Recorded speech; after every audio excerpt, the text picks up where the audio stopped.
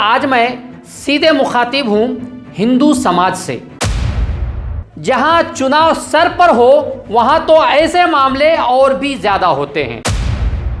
कई मामलों में कुछ नेताओं के भड़काऊ बयान भी सामने आए जिन्होंने माहौल को और जहरीला बना दिया।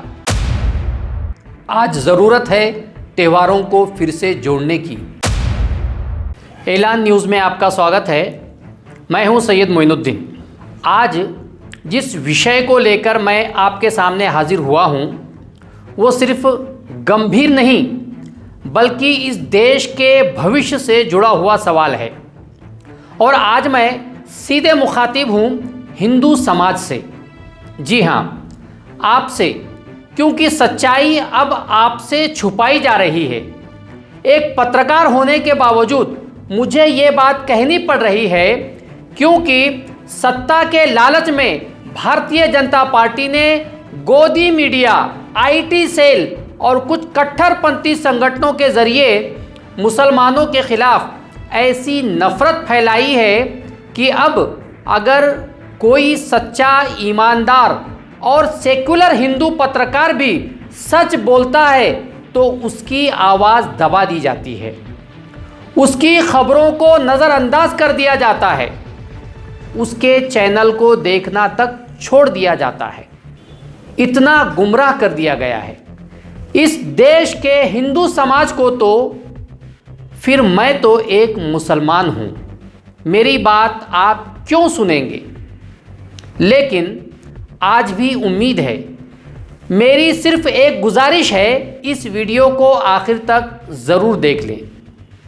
हो सकता है आखिर में आपको लगे कि जो कहा जा रहा है वो सच है। ये वही देश है जहां त्यौहार दिलों को जोड़ते थे, जहां रामनवमी सिर्फ आस्था नहीं बल्कि एकता का प्रतीक थी। लेकिन अब तस्वीर बदल चुकी है।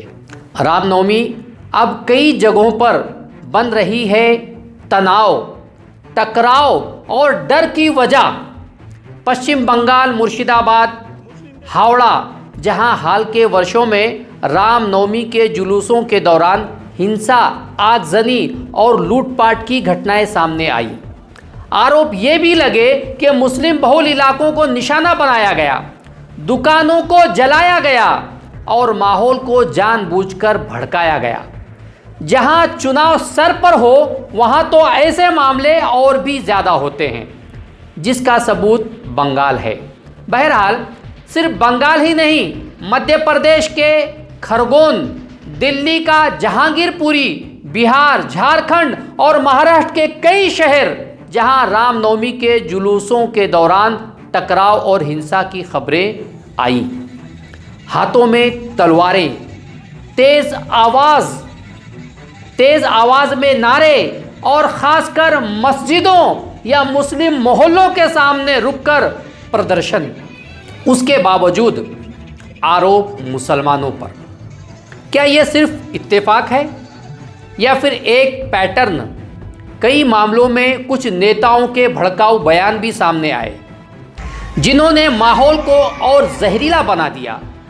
2014 के बाद जब भारतीय जनता पार्टी सत्ता में आई, विश्लेषकों का मानना है कि हिंदू धार्मिक आयोजनों का स्वरूप ही बदल गया।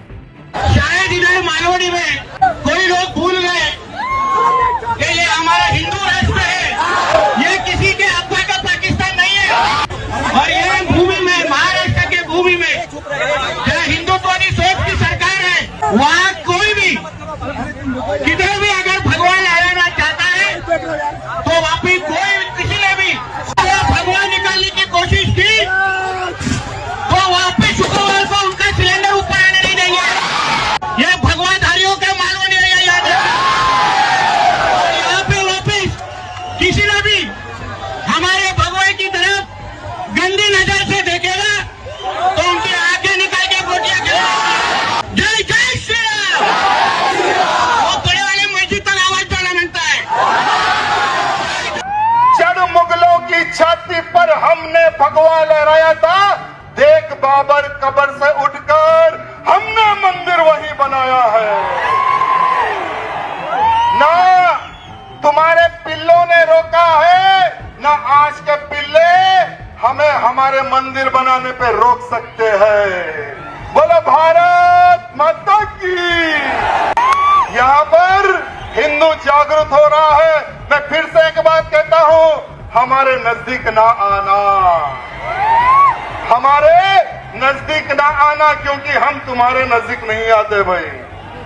और हमारे नजदीक जो भी आएगा उसको हम जिंदा नहीं छोड़ेंगे। आलोचकों का आरोप है कि चुनावी माहौल में ऐसे आयोजनों को और उग्र बनाया जाता है ताकि ध्रुवीकरण हो। लेकिन सरकार का पक्ष क्या कहता है? सरकार और समर्थकों का कहना है कि जुलूस निकालना धार्मिक स्वतंत्रता है और हिंसा के लिए कुछ असामाजिक तत्व जिम्मेदार हैं। तो सच क्या है? एक और सवाल, 80% बहुसंख्यक वाले देश में जहां सरकार भी आपकी, या ये कहें तो गलत नहीं होगा कि हिंदुओं की हो, वहां 20% अल्पसंख्यकों के सामने शक्ति प्रदर्शन की ज़रूरत क्यों? भारत की असली पहचान नफरत नहीं बल्कि मोहब्बत, भाईचारा और साझी विरासत है। जहां रामनवमी, ईद और क्रिसमस सब मिलकर मनाए जाते थे, आज ज़रूरत है त्योहारों को फिर से जोड़ने की, फिर से जोड़ने का ज़रिया बनाने की, न कि डर और ताकत दिखाने का। रामनवमी आस्था का पर्व है, इसे नफरत का हथियार मत बनाइए। सोचिए, सवाल पूछिए और सच को पहचानिए। जय हिंद। ऐलान न्यूज़ लाइव, हमारी खबर, आपका हौसला।